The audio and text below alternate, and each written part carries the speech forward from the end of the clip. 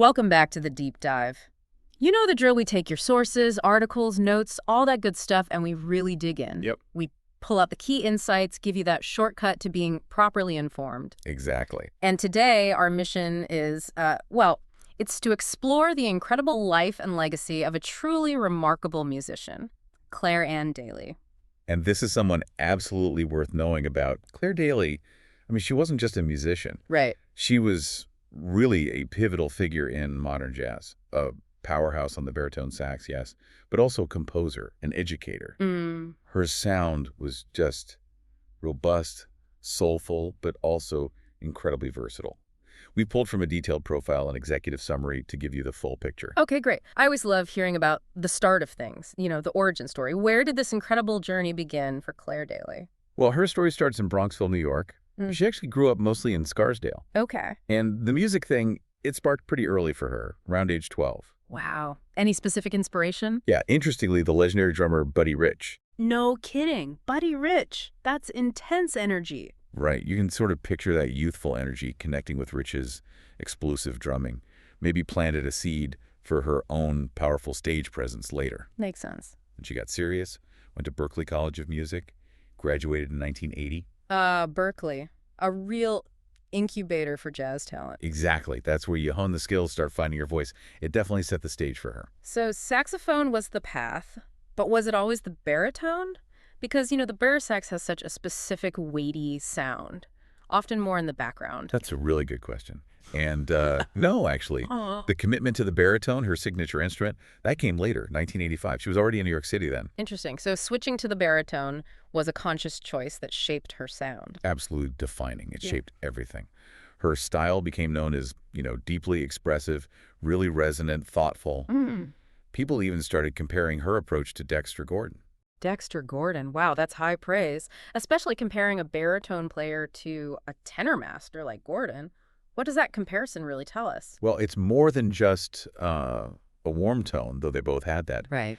It points to that same kind of effortless swing, the melodic creativity, that ability to really tell a story in a solo. Okay, the narrative quality. Exactly. Gordon was a master storyteller on tenor.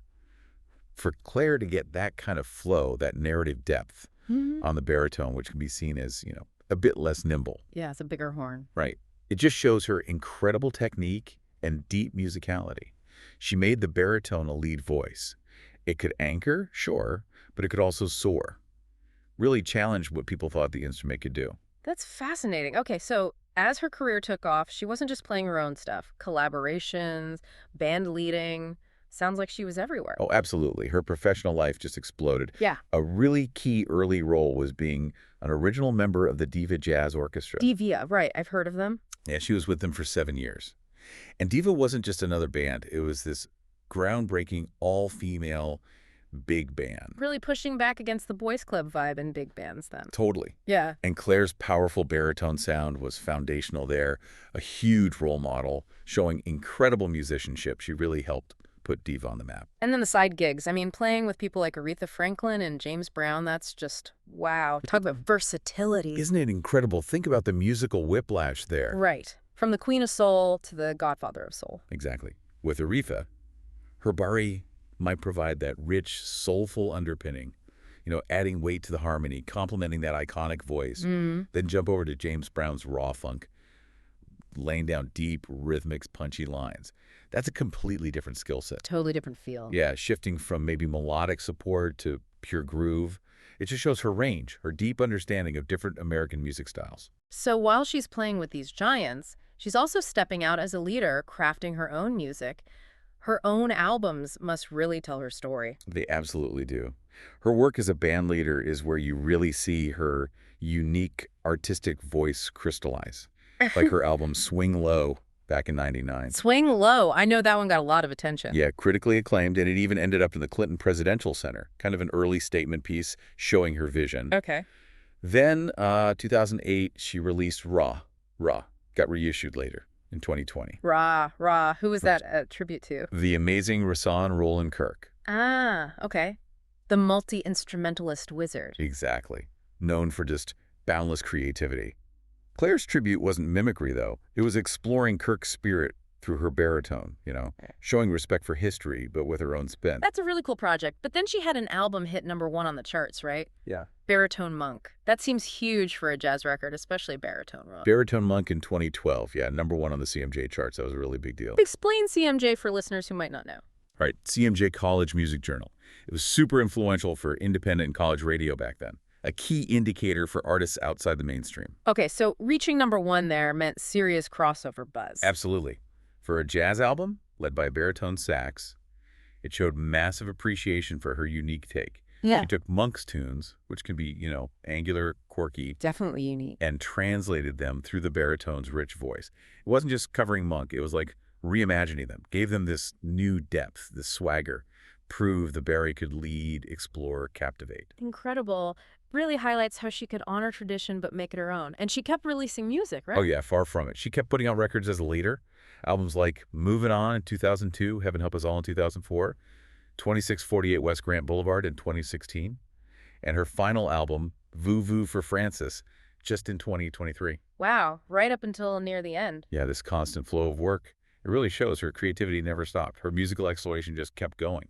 Each project added something new. And that signature sound remained. Definitely. Across all those records, her playing was just consistently praised for its depth, its expressive quality, real emotion, but also super smart, nuanced playing. Every note mattered. So beyond the performing and recording, she was getting a lot of recognition, awards, and dedicating herself to teaching, too. Seems like she was a real pillar in the jazz world. She really was. The awards alone tell you a lot.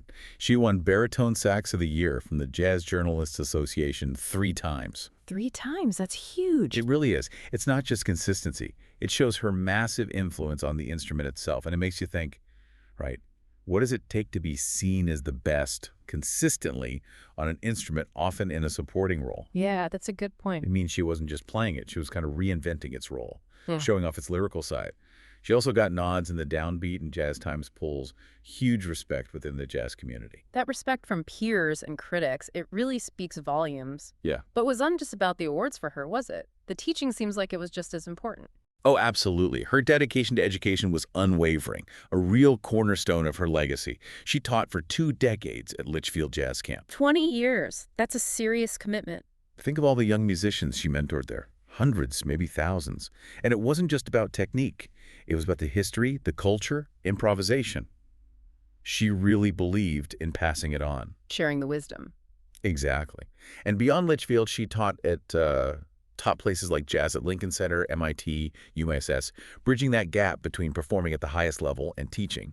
That dedication cemented her legacy, not just as a player, but as a crucial mentor shaping jazz's future. So bringing it all together, Anne Daly passed away on October 22, 2024. She was 66, lost her battle with head and neck cancer in Colorado. A significant loss, clearly, but her influence feels very much alive. It was a profound loss, yeah. And her passing really underscores the impact she had. Her legacy is about that courageous spirit, the innovative art, the dedication to the community. Her whole approach to the baritone sax, pushing boundaries, making it sing, that still resonates. And her commitment to education, helping future players, that impact continues today. It makes you think about artists who not only achieve greatness, but really invest in the future of the art form itself. Anne Daly's contributions, performer, composer, educator, really paint a picture of a true giant of modern jazz. We hope this deep dive gives you a richer sense of her story and her lasting mark. Yeah, and maybe her journey reminds us that, real artistry isn't just the notes you play. It's the soul you pour in, the stories you tell, and maybe most importantly, the knowledge you share. Well said. We'd really encourage you, seek out her music. Start with Baritone Monk, maybe swing low. Just immerse yourself in that powerful sound. You'll hear how she transformed the baritone, gave it this commanding yet lyrical voice. Absolutely. Thanks for joining us on this deep dive. We hope you walk away feeling well-informed and maybe a bit inspired by the remarkable life of Anne Daly. Until next time.